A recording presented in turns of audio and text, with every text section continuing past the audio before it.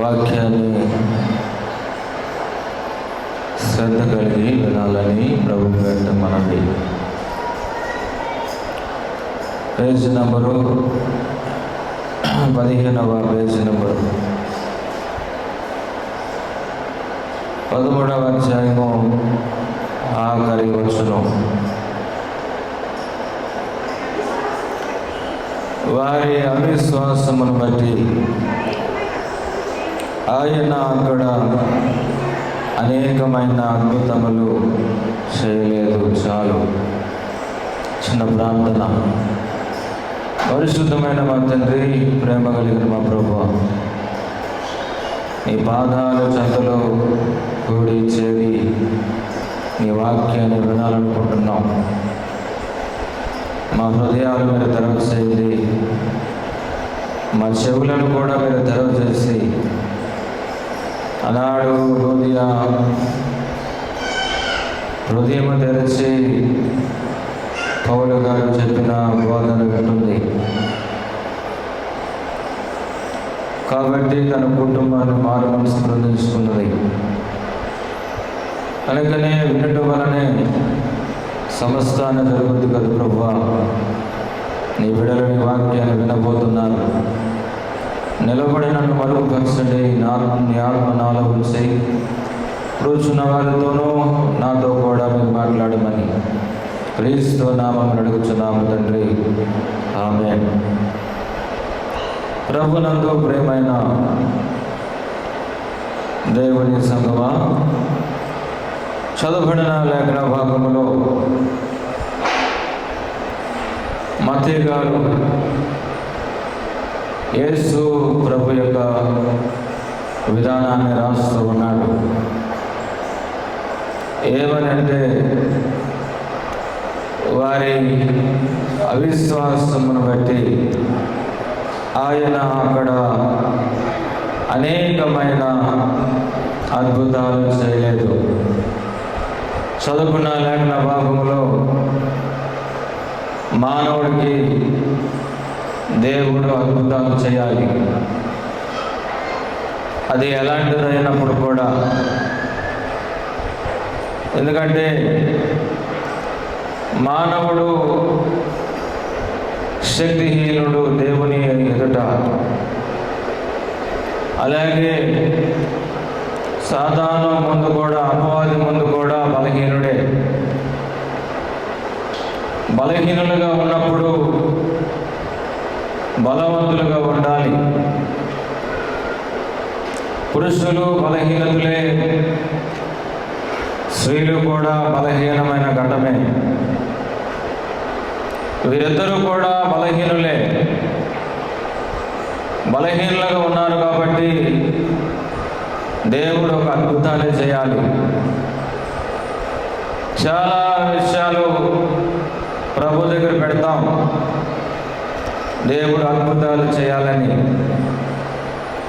Bible చెబుతున్న మాట,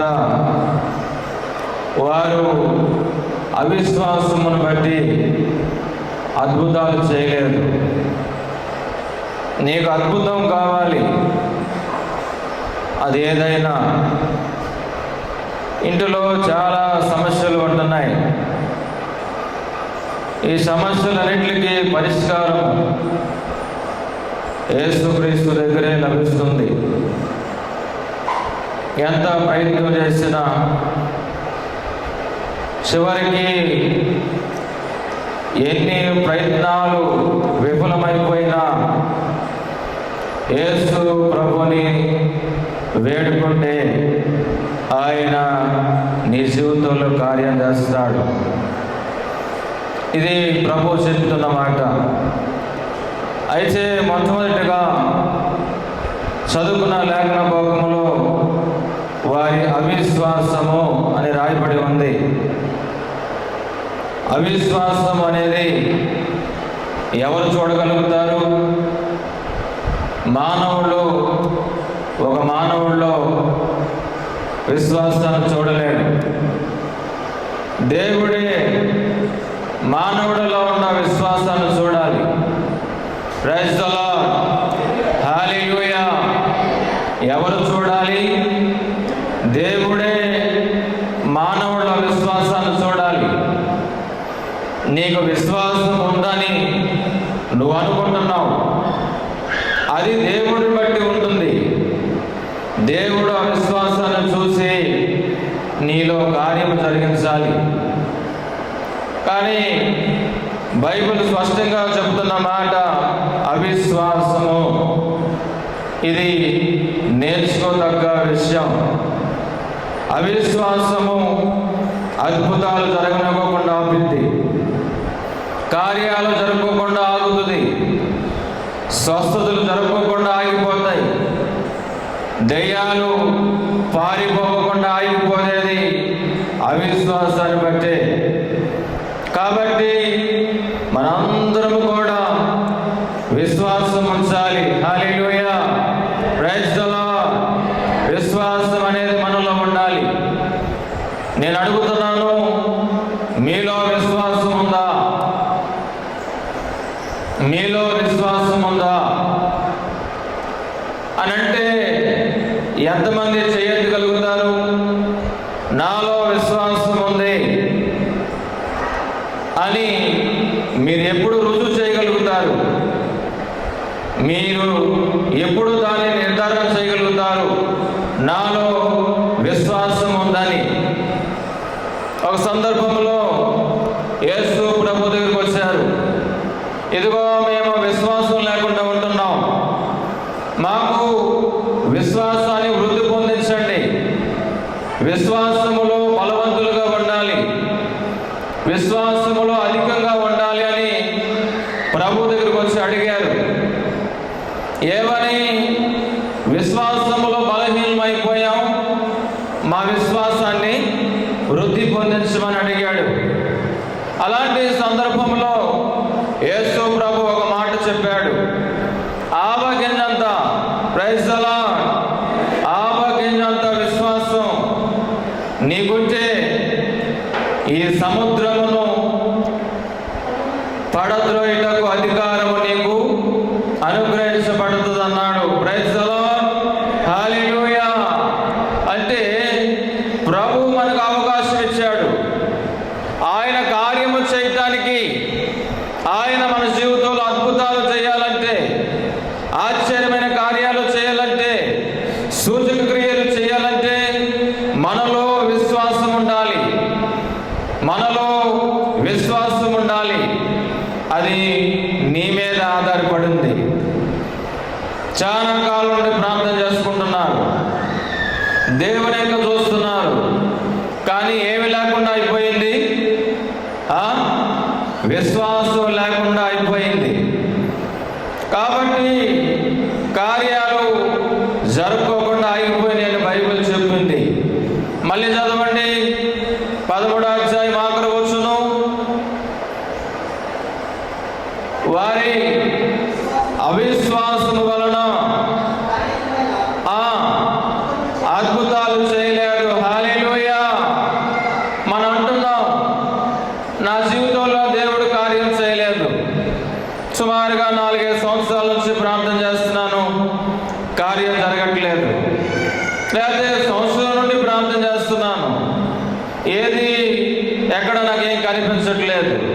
లేకపోతే 10 సంవత్సరాల నుండి ప్రార్థన చేస్తున్నాను, అయినా సరే నాలో ఏమీ కనిపించట్లేదు, దేవుడు నా జీవితంలో ఏమి చేయలేనట్లుగా ఉంటుందంటారు. నీవు 10 సంవత్సరాలు చేసినా, సంవత్సరం చేసినా, లేకపోతే 3-4 సంవత్సరాలు చేసినా, దేవుడు నీలో చూడవలసింది విశ్వాసాన్ని చూడాలి. హల్లెలూయా. నీలో విశ్వాసం ఉంటేనే, నీలో విశ్వాసం ఉంటేనే, నీలో విశ్వాసం ఉంటేనే. కాబట్టి మనం ఎక్కువగా విశ్వాసం మీదే మనం ఫోకస్ చేస్తూ ఉండాలి. విశ్వాసం మీదనే, విశ్వాసం మీదనే. ఎప్పుడూ చెప్తా ఉంటాను, విశ్వాసం మీదే మన జీవితం ముందు కొనసాగించాలి. అప్పుడే దేవుడు ఒకదాని తర్వాత ఒకటి అద్భుతాలు చేసుకుంటూ వస్తూ ఉంటాడు మన జీవితంలో. బైబిల్ గ్రంథంలో చూస్తే ప్రభు అంటాడు, పక్షగల వాయువుని దగ్గరికి తీసుకుని వస్తే ఆయన అంటాడు, నీ విశ్వాసము నిన్ను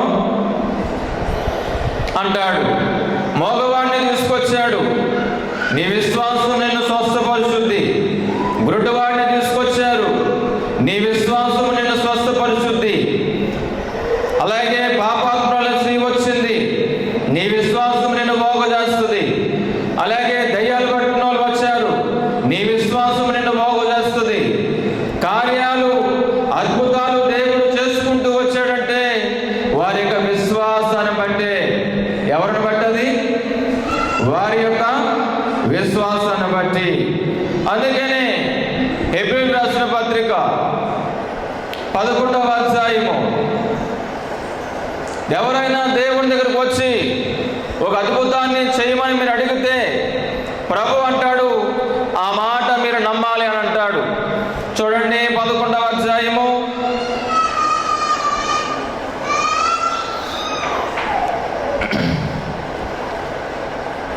6వ వచనం చదువుకుందాం. విశ్వాసము లేకుండా దేవునికి ఇష్టడై ఉండుట అసాధ్యము. దేవుని యొద్దకు వచ్చేవాడు ఆయన ఉన్నాడనియు ఫలము దయచేయువాడనియు నమ్మవలెను కదా. చాలు. చదవబడిన లేఖన భాగంలో ఏమని చెబుతున్నాడంటే, దేవుని యొద్దకు వచ్చేవాడు ఆయన ఉన్నాడని అనాలంట. ఏమండి, ఎవరు ఉన్నారని అనాలట? యేసు ప్రభు ఉన్నాడని అనాలి. ప్రైజ్ ది లార్డ్, హల్లెలూయా. యేసు ప్రభు ఉన్నాడా? ఎక్కడ కనిపిస్తాడు మీకు? ఎలాగున్నాడు? ఏమై ఉన్నట్లుగా ఉన్నాడు? కొంతమంది అంటారు యేసు ప్రభు మా ఇంటి మీద ఉన్నాడు, యేసు ప్రభు మా ఇంటిలో ఉన్నాడు, యేసు ప్రభు నా హృదయంలో ఉన్నాడు. వాస్తవమే. నీలో ఉన్నవాడు లోకములో ఉన్నవాడు కంటే ఎవరు? ఇప్పుడు యేసు ప్రభు ఎక్కడ ఉన్నాడు? నీలో ఉన్నట్లుగా ఉన్నాడు. నీకెప్పుడైనా కనిపించాడా? ఏమండి, నీకెప్పుడైనా కనిపించాడా యేసు ప్రభు? కనిపించలేదు. మనం ఏదో ఆ ఫోటోను చూసి కేవలం యేసు ప్రభు ఇలాగే ఉంటాడని అంటూ ఉంటారు. వాస్తవానికి ఆ చిత్రపటంలో ఉన్నట్లుగా యేసు ప్రభు అలా లేడు. యేసు ప్రభు ముఖరూపాన్ని ఇంతవరకు ఎవరు కూడా చిత్రీకరించలేదు. ఆయనకు అవకాశం కూడా లేదు. కారణం ఏమిటంటే యేసు ప్రభు నిన్న నేడు నిరంతరమును ఉన్న దేవుడు. హల్లెలూయా. ఆయన నిత్యము ఉండే దేవుడు. మరొక దగ్గర అంటాడు, నేను సదాకాలం మీతో. యోహాను రాసిన పత్రికలో అంటాడు, నేను మీ మధ్యలోనే ఉన్నాను అంటాడు. చూడండి వాక్యం అది, నేను మీ మధ్యలోనే ఉన్నాను, మీరు కానీ గుర్తుపట్టలేదు అని బైబిల్ చెబుతుంది. యోహాను రాసిన సువార్త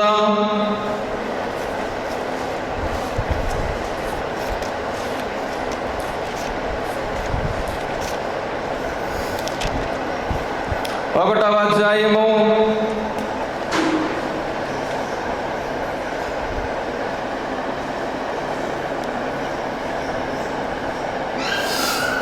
26వ వచనం చదువుకుందాం. యోహాను, నేను నీళ్లతో బాప్తిసం ఇచ్చుచున్నాను గాని నా వెనక వచ్చుచున్నవాడు దేవునికి స్తోత్రం. హల్లెలూయా. యోహాను గారు చెప్తున్న మాట, నేను నీళ్లలో మీకు బాప్తిసం ఇస్తున్నాను, నా వెనక అతడు వచ్చిన వాడు ఎక్కడ ఉన్నాడు? రైట్ నౌ మన ప్లేస్లోనే ఉన్నాడట, మన దగ్గరే ఉన్నాడు ఆయన. కానీ అంటాడు, మీరు ఆయనను చదవండి అక్కడే, మీరు ఆయనను ఎరగరు, మీరు ఆయన ఎరగరు. యేసు ప్రభు ఎక్కడ ఉన్నాడు ఇప్పుడు?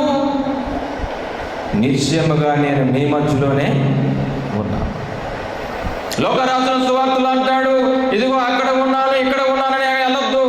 ఇదిగో దేవుని రాజ్యం మీ మధ్యలోనే ఉంది, ఇదిగో మీ మధ్యలో నేను సంచరిస్తున్నాను, మీ మధ్యలోనే నేను ఉంటున్నాను అని యేసు ప్రభు చెబుతున్నాడు. కనుకనే దేవుని దగ్గరికి వచ్చిన వాడు ఆయన ఉన్నాడు అని గుర్తెరగాలి. Praise the lord, hallelujah, praise the lord. ఆయన ఉన్నాడు ఇక్కడ, అంతే. ఆయన ఎలాగ ఉన్నాడు అంటే యోహాను రాసిన సువార్త 1వ అధ్యాయంలో కనిపిస్తుంది. ఆది యందు, ప్రైజ్ ది లార్డ్, హల్లెలూయా. అదండి దేవుడు ఎలా ఉన్నాడట. మరొక దగ్గర అంటాడు, కృపా సత్య సంపూర్ణుడుగా మన మధ్యలో నివసిస్తున్నాడు. ఎన్ని ఆధారాలు కావాలి ప్రభు ఇక్కడ ఉన్నట్లుగా నీకు? నువ్వు ఎక్కడికి వెళ్ళినా దేవుడు నీ దగ్గరకు వస్తున్నాడా లేదా? ఇప్పుడు చెప్పండి. నువ్వు ఎక్కడికి వెళ్ళినా సరే ప్రభు నీ దగ్గర ఉన్నాడా లేదా? ఉన్నాడు.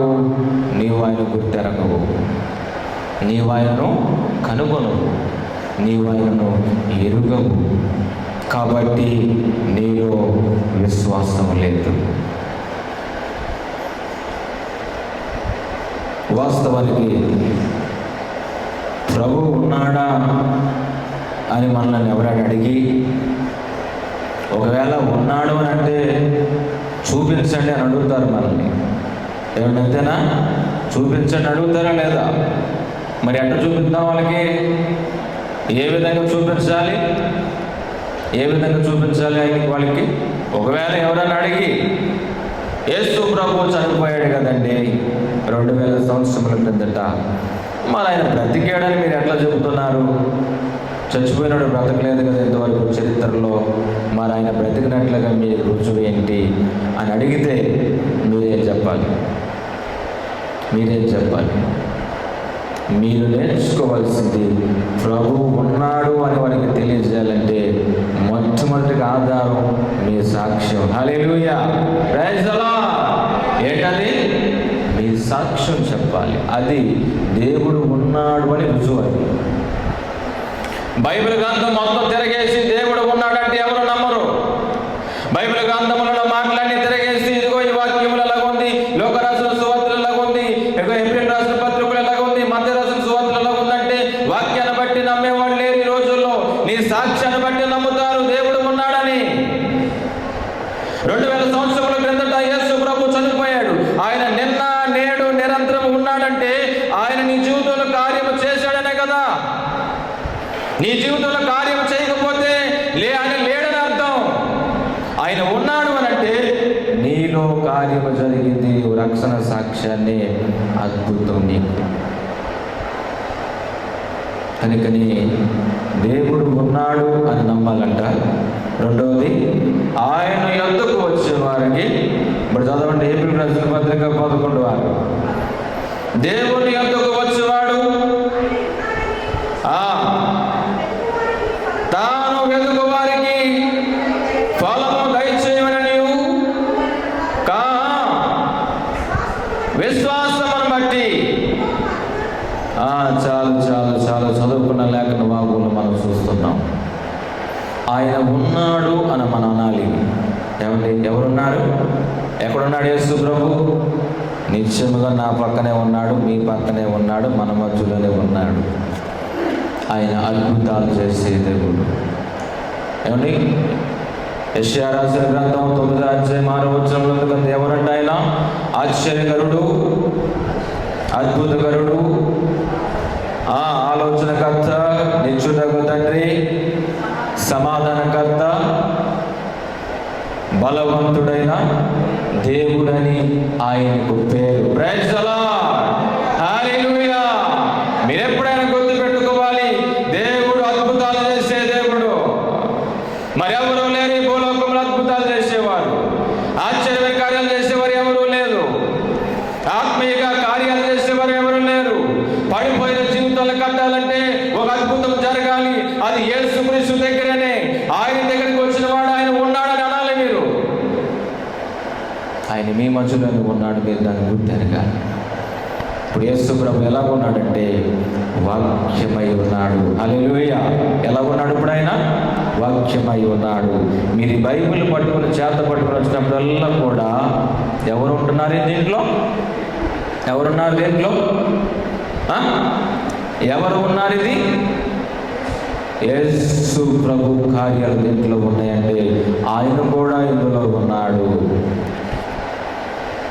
మరి దీన్ని ఎంత ప్రేమిస్తున్నావు? వాక్యాన్ని ఎంత ప్రేమిస్తున్నావు? వాక్యాన్ని ఎంత ప్రేమిస్తున్నావు? వాక్యాన్ని ప్రేమిస్తున్నావా? పట్టుకోవడానికి కూడా అర్హత లేదా నీకు? పట్టుకోవడానికి కూడా అర్హత లేదా? పట్టుకోవడానికి కూడా ఎన్ని కేజీలు ఉంది అది? ఏమంటే ఎన్ని కేజీలు ఉంది బైబిల్?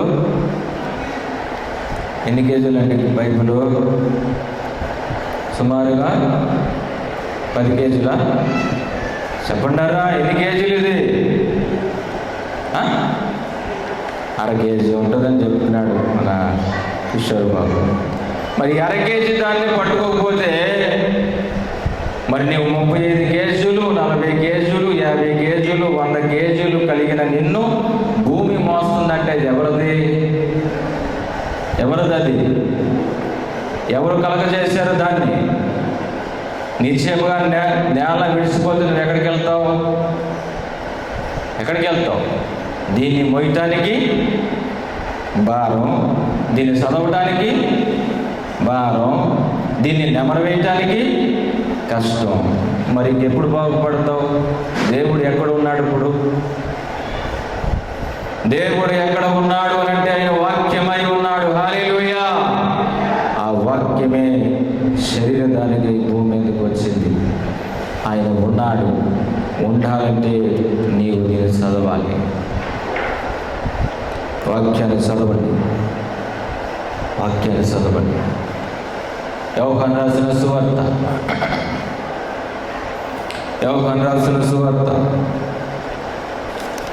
2వ అధ్యాయం 22వ వచనం చదువుకుందాం. ఆయన మృతులలో నుండి లేచిననియు తర్వాత ఆయన ఈ మాట చెప్పెనని ఆయన శిష్యులు జ్ఞాపకము చేసుకుని లేఖనములను యేసు చెప్పిన మాటను నమ్మిరి. హల్లెలూయా! ఏమి నమ్మాలి ఇప్పుడు? ఏమి నమ్మాలి? బైబిల్ నమ్మాలి. బైబిల్ని, దేవుని యొక్క మాటను నమ్మాలి. ఎవరో ఏదో చెప్పారు, ఇందులో లేదు. ఎవరో ఏదో చెప్పారు, దాన్ని నమ్మావు నీవు. దేనిని? దానిని నమ్మావు. ఆ నమ్మిన మాట నీ జీవితానికి నాశనం తీసుకొచ్చేది. ఎవరో ఏదో చెప్పితే నమ్మకండి. ఇందులో ఏముందో దాన్ని నమ్మండి అంతే. హల్లెలూయా! ఇందులో ఏముందో దానిని నమ్మండి. యేసు ప్రభు దగ్గరికి వెళుతున్నప్పుడు మృతులలో నుండి లేచిన తర్వాత ఆయన చెప్పిన మాటలను వారు జ్ఞాపకం తెచ్చుకొని వారు ఆయన మాటలను నమ్మిరి. దేవుని యొక్క మాట మీద మనకి నమ్మకం ఉండాలి. దేవుడు ఏం చెప్పాడంటే నీకు స్వస్థత ఇస్తాను నేను, నిశ్చయముగా ఆరోగ్యాన్ని కలగజేసేది నేను అని అన్నాడు అనుకోండి ప్రభు. ఈ మాట మనం నమ్మాలా వద్దా? ఇప్పుడు చెప్తారు బాగానే నమ్మాలని. నమ్మే వాళ్ళకి ఏం కలుగుతుంది? దేవునికి స్తోత్రం. నమ్మిన వారికి ఏం కలుగుద్ది?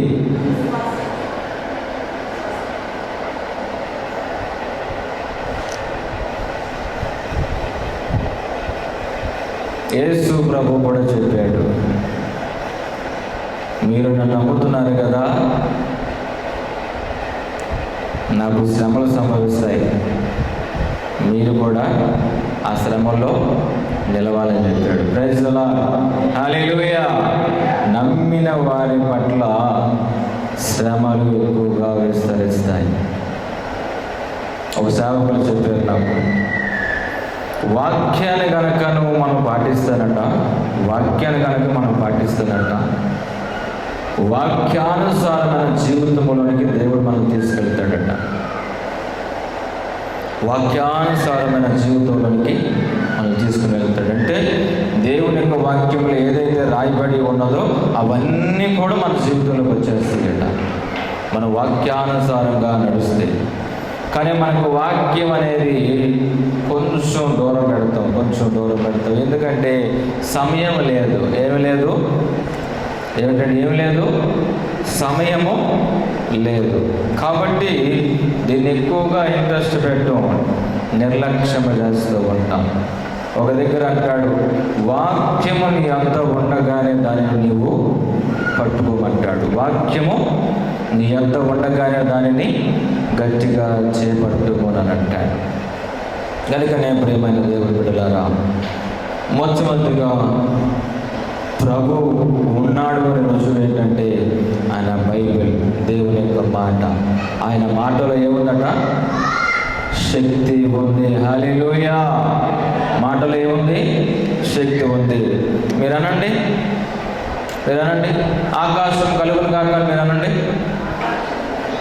అయిందా నీ వల్ల? ఓయ్, నీ వల్ల అయిందా? ఇప్పుడు అంట కాదు, ఆ చెట్టును చూసి అందులో అక్కడికి వెళ్ళమని చెప్పండి. అయిందా? ఎందుకు? మన మాటలో ఏమి లేదు, దేవుని మాట లేకపోవటం. హల్లెలూయా! దేవుని మాట మనలో లేకపోవటంలోనే.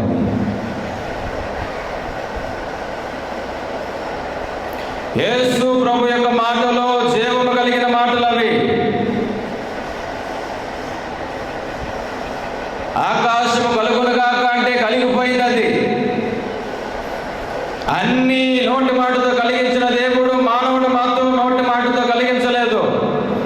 దానికి కారణం ఏమిటంటే మనలోనే దేవుని మాట ద్వారా సర్వాన్ని జరిగించాలి.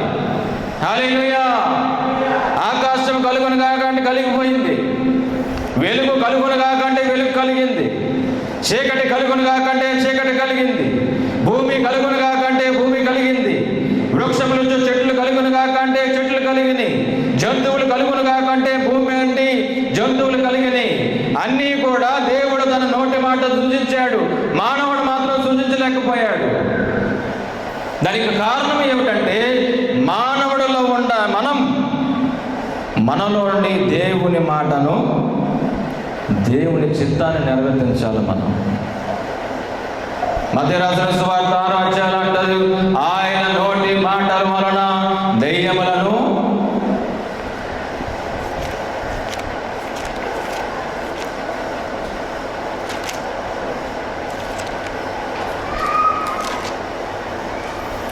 చూడండి. 8వ అధ్యాయం మత్తయి రాసిన సువార్త 8వ అధ్యాయము 17వ వచనం చదవండి. ఆయన మాట వలన దయ్యములను వెళ్ళగొట్టి రోగులను స్వస్థపరిచెను. చాలు, దేవునికి స్తోత్రం. ఎవరి మాట మూలన్నది? ఏమిటి ఎవరి మాట? యేసు ప్రభు వారి యొక్క మాట మూలన దెయ్యాలే వెళ్ళిపోతున్నాయి, రోగాలే పోగొట్టుకుంటున్నాయి. మనం అప్పుడప్పుడు పాట పాడతాం, నీ మాట పడండి, నీ మాట జీవము గలదయ్యా.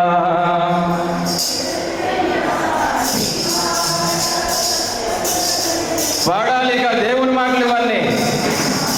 ఎంత గట్టిగా పాడితే అంత దెయ్యాలు పోతాయి మనలో.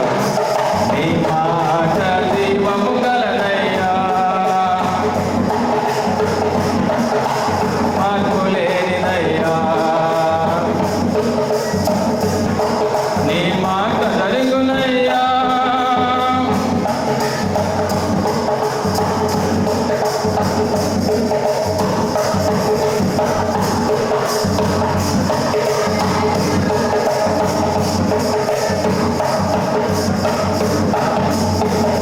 దేవునికి స్తోత్రం. మరొక దగ్గర అంటాడు, ఎంత చక్కని ద్వయి యేసయ్య మాట అంటాడు. కనుకనే నీవు దేవుని మాటను నమ్మండి, దేవుని మాటను నమ్మండి. ఆయన మాట మీదే మీ నమ్మిక ఉంచండి. ఇది మొట్టమొదటిది. ఒక వ్యక్తిని కూర్చోవాలి, ఒక వ్యక్తిని బాగు చేయాలన్నా, ఒక వ్యక్తిలో అద్భుతాన్ని చేయాలన్నా, ఆశ్చర్యమైన కార్యాలు చేయాలంటే మొట్టమొదటిగా దేవుడు అతనితో మాట్లాడతాడు, ఆమెతో మాట్లాడతాడు. ఇది మొట్టమొదటిది అనమాట. మొట్టమొదటి స్టెప్పు మొట్టమొదటి అడుగు, దేవుడు మాట్లాడుతాడు మనిషితో.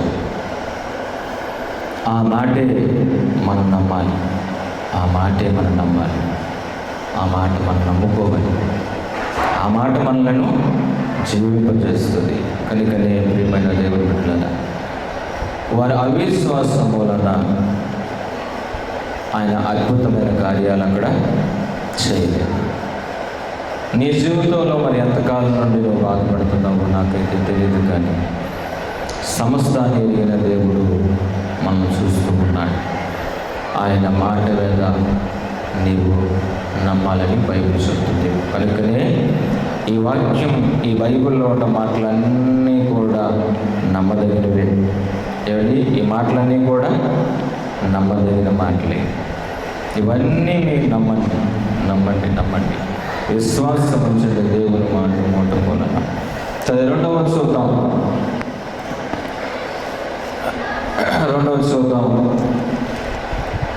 మత్తయి రాసిన సువార్త 21వ అధ్యాయము 22వ వచనాన్ని చదువుకుందాం. 2వది మత్తయి రాసిన సువార్త 21వ అధ్యాయము 22వ వచనం. మరియు మీరు ఏమిటి వాక్యం లేదా? మరియు మీరు ప్రార్థన చేయనప్పుడు వేటిని అడుగుతారో అవి దొరికినవని నమ్మిన యెడల మీరు వాటన్నిటిని పొందుతారని వారితో చెప్పారు. రెండవది ఏంటంటే ప్రార్థన. మీరు ఏది అడుగుతున్నారో అది ఇస్తాడట దేవుడు. మీరు ఏది అడిగినా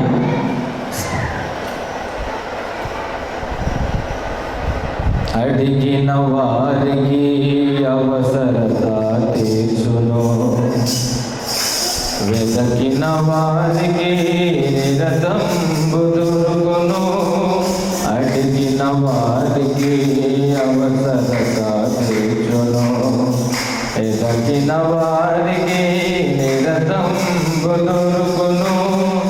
తట్టిన వారికి ద్వారము తెరచును, తట్టిన వారికి ద్వారము తెరచును.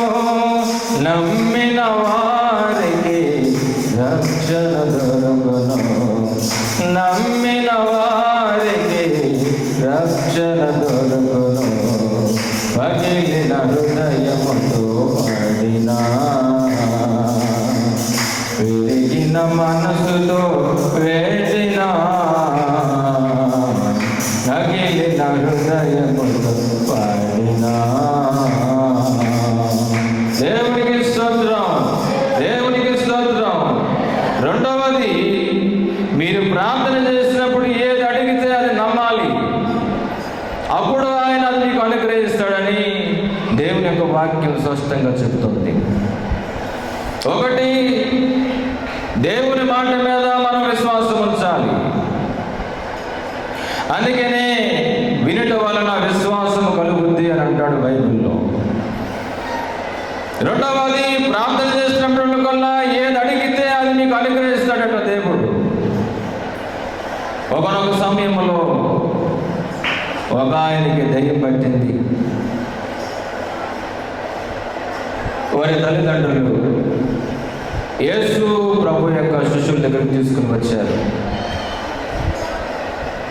యేసు ప్రభు శిష్యుల దగ్గరికి తీసుకుని వచ్చినప్పుడు యేసు ప్రభు యొక్క శిష్యులు గర్జిస్తున్నారు. ఎవరి నామాన్ని బట్టి? యేసు క్రీస్తు యొక్క నామాన్ని బట్టి గర్జిస్తున్నారు. అది పోలేదు. ఏమంటే ఏమవలేదు? పోలేదు.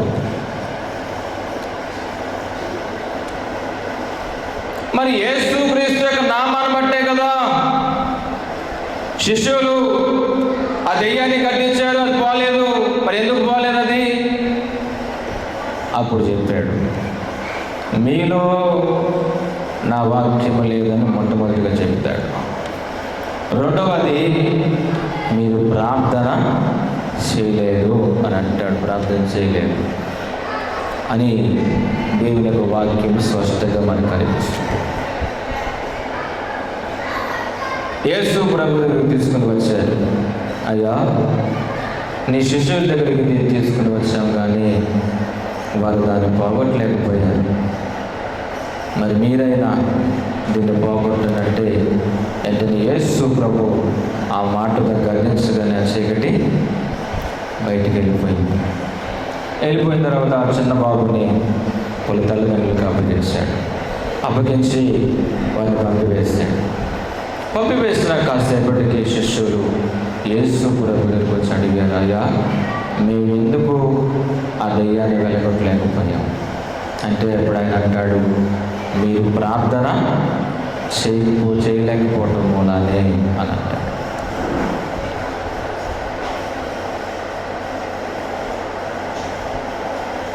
మనం అప్పుడప్పుడు కొన్ని విషయాలు బట్టి ప్రార్థన లాగ్ చేయవచ్చు, ప్రార్థన మానుకోవచ్చు. యేసు ప్రభు యొక్క గురంతా కూడా దేవుని యొక్క మాటను నమ్మేవారి పట్లను, అలాగే ఆయన దగ్గర ప్రార్థన చేసే వారి దగ్గరే ఆయన కనుదృష్టి ఉంచుతాడు. ఆయన వాళ్ళు శిష్యులు ప్రార్థన చేయలేకపోవటం మూలనే కదా దెయ్యాలు వెలగట్లేకపోయారు అన్నాడు. మరొక దగ్గర యాకోబు రాసిన పత్రికలో అంటాడు, దేవునికి లోబడి ఉండండి, అపవాదిని ఎదిరించండి, అప్పుడు వాడి మీ వద్ద నుండి పారిపోతాడు. మరి ఇక్కడ శిష్యులు చూస్తేనేమో యేసు ప్రభు యొక్క నామాన్ని బట్టి దెయ్యాన్ని గద్దించారు, కానీ అది పోలేదు. దానికి కారణం ఏమై ఉండిపోయిందంటే వాళ్ళు ప్రార్థన చేయట్లేదట. ఏం చేయలేదు? వాళ్ళు ప్రార్థన చేయలేదు. కేవలం దాని మూలాన్ని, ప్రార్థన చేయలేకపోవటం మూలానే కదా వారు ఆ దెయ్యాన్ని వెళ్ళగొట్టలేకపోయారు. కాబట్టి మీరు ప్రార్థన చేస్తారు కదా, వేటిని అడుగుతున్నారో అది నమ్మాలి. ప్రైజ్ ది లార్డ్, హల్లెలూయా.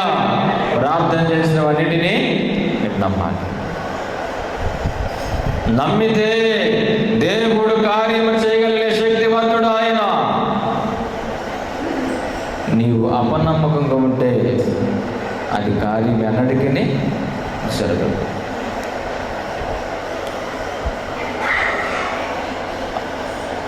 ఈ మధ్యకాలంలో మన గన్నవరం ఇస్సాకయ్య గారు మీకు తెలుసు కదా, ఆయనకి ఈ 2 కాళ్ళు కూడా చచ్చుబడిపోయింది. 2 కాళ్ళు కూడా చచ్చుబడిపోయింది. సుమారు 9 నెలలేమో మనుషుల మీద మోపుకుంటూ, మనుషుల మీద ఎక్కుతూ ఆయన ప్రభు దగ్గరికి వచ్చాడు. వారి నాన్నగారు, గతంలో కూడా మీకు చెప్పాను, వారి నాన్నగారి యొక్క స్థాయి ఏమిటో. అలాంటి పరిస్థితుల్లో ఆయన్ని తీసుకొచ్చి మందిరంలో పడేశారు. నాన్నగారి దగ్గర ఉన్నాడు ఆయన. నాన్నగారు చెప్పాడు ఏంటంటే, దేవుడు బాగు చేస్తాడు, ప్రార్థన చేసుకోవాలి. సరే, ఆయన ప్రార్థన చేసుకుంటున్నాడు. ప్రార్థన చేసుకుంటూ ఆయన చెప్పింది ఏమిటంటే, బాబు నువ్వు ప్రార్థన చేస్తాను. ప్రార్థన అంటే అదే తెలిసింది వాళ్ళకి. ప్రార్థన అంటే అదే తెలిసింది. మిక్కిలి లోతైన ప్రార్థన వారికి తెలియలేదు. కాబట్టి ఎన్ని దయ్యాలు మనలో పట్టి పీడించినా ఆ ప్రార్థన సరిపోదు. దానికి బలమైన ప్రార్థన అంటే మన తప్పులను, మన పొరపాట్లను ఒప్పుకుంటూ ఉండాలి, సరి చేసుకుంటూ ఉండాలి. అప్పుడు క్షమించబడిన తర్వాతే దేవుడు కార్యాన్ని చేస్తాడని ఆనాడు పితరులు మనకు నేర్పిన భక్తి. హల్లెలూయా, హల్లెలూయా, ప్రైజ్ ది లార్డ్. కనుకనే యాకోబు రాసిన పత్రిక 5వ అధ్యాయము 15వ వచనం చదువుదాం ఒకసారి. యాకోబు రాసిన పత్రిక 5వ అధ్యాయము 15వ వచనం. విశ్వాస సహితమైన ప్రార్థన రోగిని స్వస్థపరుచును. బైబిల్ ఏం చెప్తుందంటే విశ్వాస సహితమైన ప్రార్థన రోగిని స్వస్థపరిచిందని చెప్పింది. ఇప్పుడు మనం ప్రార్థన ఎలాంటిది? అదే అధ్యాయము, మొదటి అధ్యాయంలో మనకు కనిపిస్తున్న ప్రార్థన చదవంటప్పుడు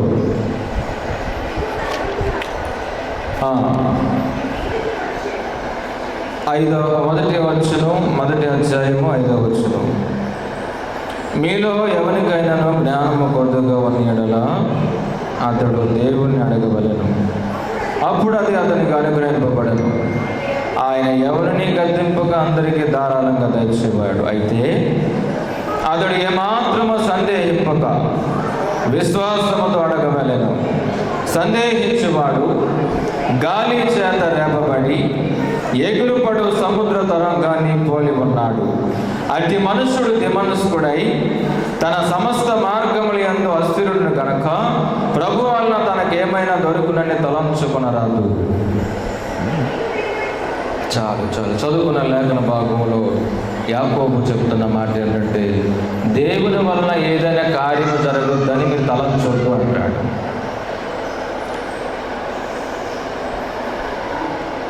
ఏమండి? దేవుని వలన ఏదైనా కార్యము జరిగిద్దని మీరు అనుకోవద్దు. మొట్టమొదటి మీరు చేయాల్సింది ఏమిటంటే సందేహింపకుండా దేవుని అడగండి. అడగండి. ఇది యాకోబు మనకు చెప్పాడు. ఒకవేళ సందేహిస్తే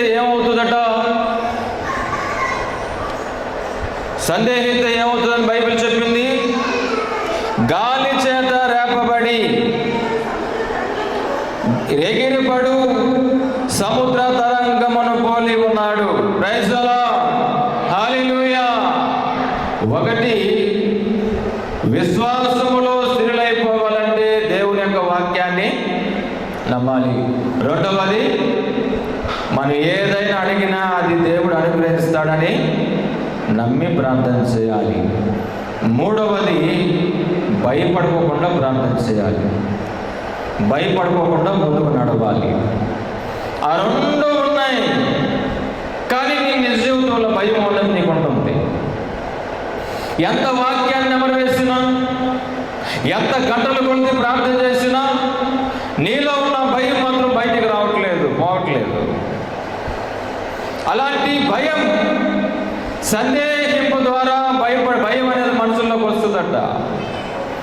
సందేహించడం ద్వారా భయం అనేది మనిషిలోనికి వస్తుంది. మత్తయి రాసిన సువార్త 14వ అధ్యాయం. యేసు ప్రభు ఒక సమయంలో సముద్రం మీద నడుచుకుంటూ వెళ్తున్నాడు. ఇందులో యేసు ప్రభు యొక్క శిష్యుడు పేతురు గారు కూడా ప్రభువుని అడుగుతాడు, ప్రభువా, అక్కడ నీవే అయితే నేను నీళ్ళ మీద నడుస్తాను. వాక్యం చదవండి.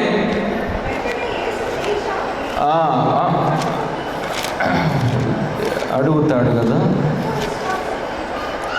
28వ వచనం. పేతురు, ప్రభువా, నీవే అయితే నీళ్ళ మీద నడిచి నీ వద్దకు వచ్చుటకు నాకు సెలవిమ్మని ఆయనతో అనెను. ఆయన రమ్మనగానే పేతురు దోణి దిగి యేసునొద్దకు వెళ్ళుటకు నీళ్ళ మీద నడిచాను. కానీ గాలిని చూసి భయపడి మునిగిపోసాగాను. దేవుని నామానికి స్తోత్రం కలుగును గాక. దేవునికి స్తోత్రం. ఏమని బైబిల్ చెప్పిందంటే, యేసు ప్రభు అక్కడే ఉన్నాడు. ఎక్కడ యేసు ప్రభు ఎక్కడున్నాడు అమ్మా? యేసు ప్రభు ఎక్కడున్నాడు? సముద్రం మీద నడుచుకుంటూ వెళ్తున్నాడు. ఆయన పక్కనే శిష్యులు కూడా ఉన్నారు. వాళ్ళు కూడా దోణి మీద ఉన్నారు, దోణిలో ఉన్నారు. ఆయనేమో నేల మీద ఉన్నాడు. యేసు ప్రభు పక్కనే ఉన్నాడు, శిష్యులు కూడా పక్కనే ఉన్నారు. వీళ్ళేమో దోణి మీద ఉన్నారు, దోణిలో ఆయన నేల మీద నడుస్తున్నాడు. వెంటనే పాపం పేతురు గారు కదా కొంచెం ఆరాటం, అక్క, అయ్యా అసలు నువ్వే అక్కడైతే నేను కూడా నీళ్ళ మీద నడవడానికి నాకు కొంచెం మాట ఇవ్వు, ఆ మాట ప్రకారంగా నేను నీళ్ళ మీద నడిచి వచ్చేస్తాను అన్నాడు. వెంటనే దేవుడు మాట ఇచ్చేసాడు. వచ్చేయండి. ఏమన్నాడు ఆయన? చదవండి, వాక్యం జాగ్రత్తగా చదవండి. ప్రభువా, నీవే అయితే నీళ్ళ మీద నడిచి నీ యొద్దకు వచ్చుటకు నాకు సెలవిమ్మనెను. ఆయన రమ్మనగానే పేతురు దోణి దిగి, దేవునికి స్తోత్రం. చప్పట్లు కొడదాం అందరం చప్పట్లు కొడదాం. దేవుని మాట ఏమిటి? ఏ మాట? దేవుని మాట పేతురు దగ్గరికి వచ్చింది. నువ్వు రా అన్నాడు పేతురు. అప్పుడప్పుడు నేను కూడా అంటాను, అయ్యగారు ప్రార్థన చేసుకున్నా, రండి ప్రార్థన చేసుకున్నాను అంటూ ఉంటాను. ఉట్టిదే మీరు వచ్చి ప్రార్థన చేసుకునేది లేదు, ప్రార్థన చేసుకునే జయం పొందినది లేదు, ప్రార్థన చేసింది లేదు, ఎరగదీసి కాళ్ళు వంగ తీసి ప్రార్థన చేసింది లేదు, జయం పొందింది లేదు. వచ్చేయమంటాను నేను. యేసు ప్రభు కూడా అదే అంటాడు. పేతురుని చూసి నువ్వు వచ్చే అంటాడు ఆయన. అయ్యగారు వచ్చేయమన్నాడు, ఇంకేమైతే అని దోణి దిగి ఒక అడుగు వేసాడు. అంతే. ఎన్ని అడుగులు? ఒక అడుగు వేసాడు. అడుగైగానే ఈ వాక్యం వెళ్ళిపోయిందే లేదా? ఎక్కడికి వెళ్ళిపోయిందండి వాక్యం? దేవునికి స్తోత్రం. ఎవరి దగ్గర నుంచి వచ్చిందో అక్కడికే వెళ్ళిపోయింది మళ్ళీ. అసలు ఆయన అంటాడు నీలో ఉండాలంటాడు ఆయన. వాక్యము నీలో ఉండాలంటాడు ఆయన. బైబిల్ ఉందా? ఉంది పాస్టర్ గారు, ఉంది. ఎంత చదివారు? చదివారండి. ఈ శివుడి నుంచి ఆ శివుడికి. ఇక్కడేమో ఆదికాండం అంటారు, అక్కడేమో ప్రకటనగా. చదివేశాను, ఇంకేంటి? మరి దాంట్లో ఏముంది? యేసు ప్రభు దేవుడు అండి, అంతే. దేవుడు.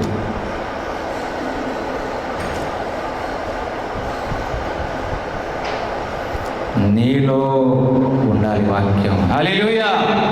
పేతురుతో మాట సెలవిచ్చాడు, నువ్వు దోణి దిగి నా దగ్గరికి రమ్మన్నాడు. అంతే. ఆ మాట పట్టుకున్నాడు, దోణి దిగాడు. ఈ మాట కాస్త పైకి ఎగిరిపోయింది. ఎక్కడికి ఎగిరిపోయిందో తెలియదు. ఆయనలో లేదు.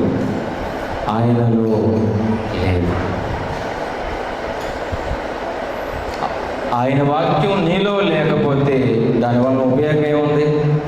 ఏమంటే ఏం ఉపయోగం? ఏమన్నా ఉపయోగం ఉందా? ఏమీ లేదు. నీలో ఉండాలి మొదట. ఎవరిలో ఉండాలి? నీలో ఉండాలి. నీలో ఏముంది?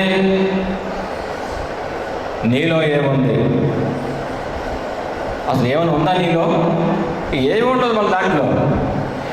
ఎందుకు బతుకుతున్నాడంటే ఎందుకు బతకట్లేదు, ఎందుకు బతుకుతున్నా నాకే అర్థం కాదంటాడు. ఎందుకు కష్టపడుతున్నావు అంటే ఎందుకు కష్టపడలేదులే, ఏదో అయిపోతుంది, ఏదో కిందకి పడిపోతున్నాం, కష్టపడాలి కదండి, తప్పదు కదండి, ఏదో రకం అయిపోతుంది, ఎందుకు బతుకు తెలియదు.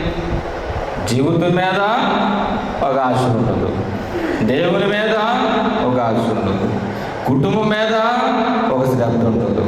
మరి దేని మీద ఉంటుంది?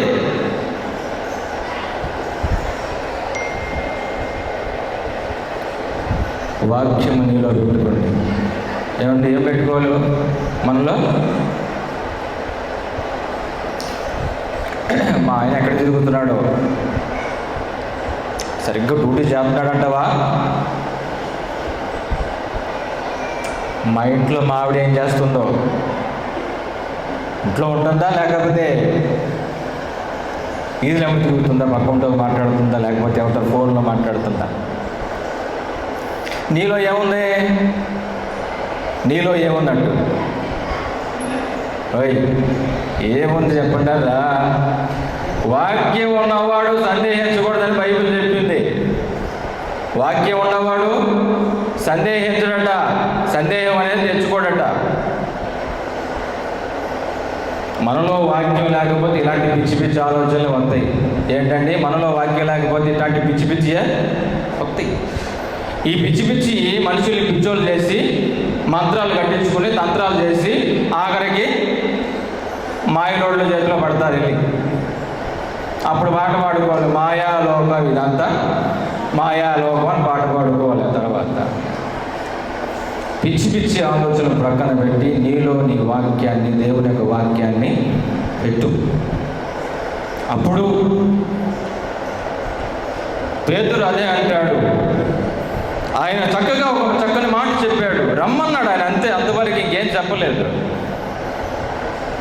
వెంటనే ధోని దిగి నీళ్ళ మీద నడుచుకుని వెళ్ళాడు. అంతే, ఏమైపోయింది?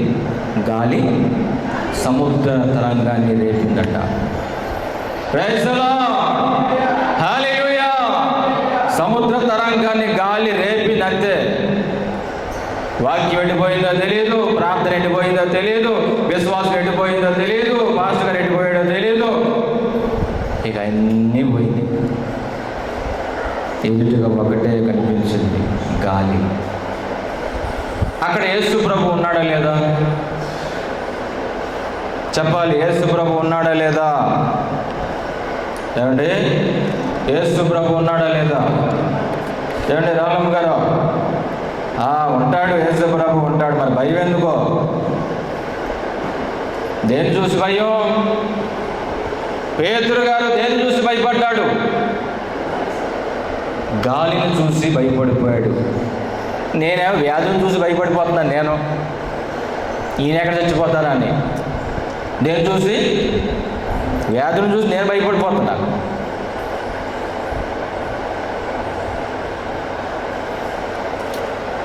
పౌలైంగ చౌక దగ్గరికి ఒక ఆమె వచ్చిందట.